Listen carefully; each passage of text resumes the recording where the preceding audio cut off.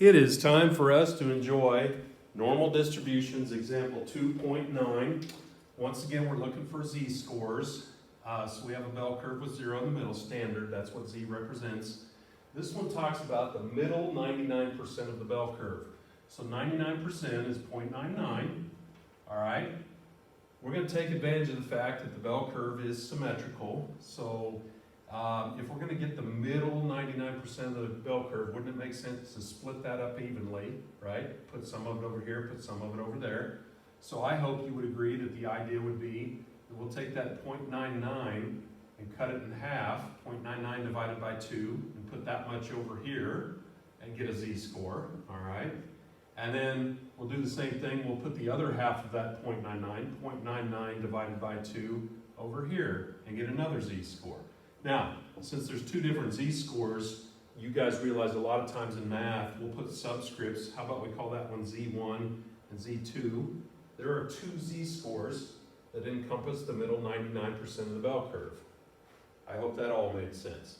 So if you cut 99% in half, you'll see that you get 4950. We'll put that much of it here, that's half of this, and the other 4950 over here.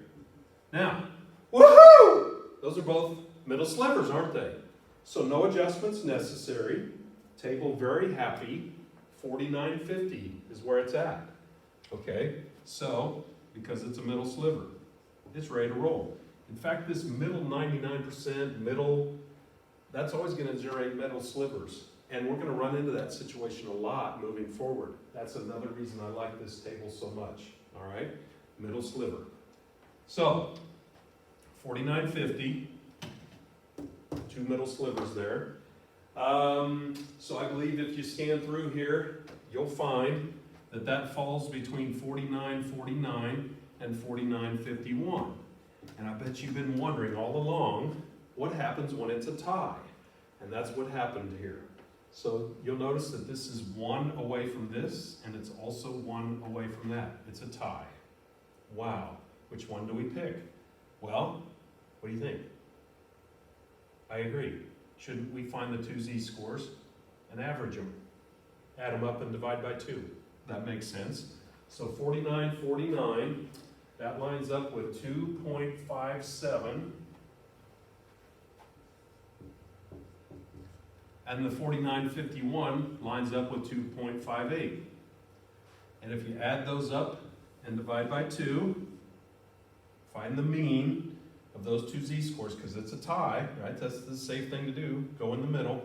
And the math behind that would be 2.575. So this one is 2.575, and it's on the plus side, right? So that's one of the z-scores. And the other one would be negative 2.575. There you go, those are the two z-scores that encompass the middle 99% of the bell curve. And that's a very common occurrence moving forward on some things we'll do later. So, again, that's why I like middle sliver table. All right, so we're ready now to transition from the standard normal z to what will be called a general normal, and we'll move into that when we transition to example number 3. But for the record, these examples should be sufficient to allow you now to do assignment number 16 in its entirety. And the examples that follow are going to be number 17. All right. Take care.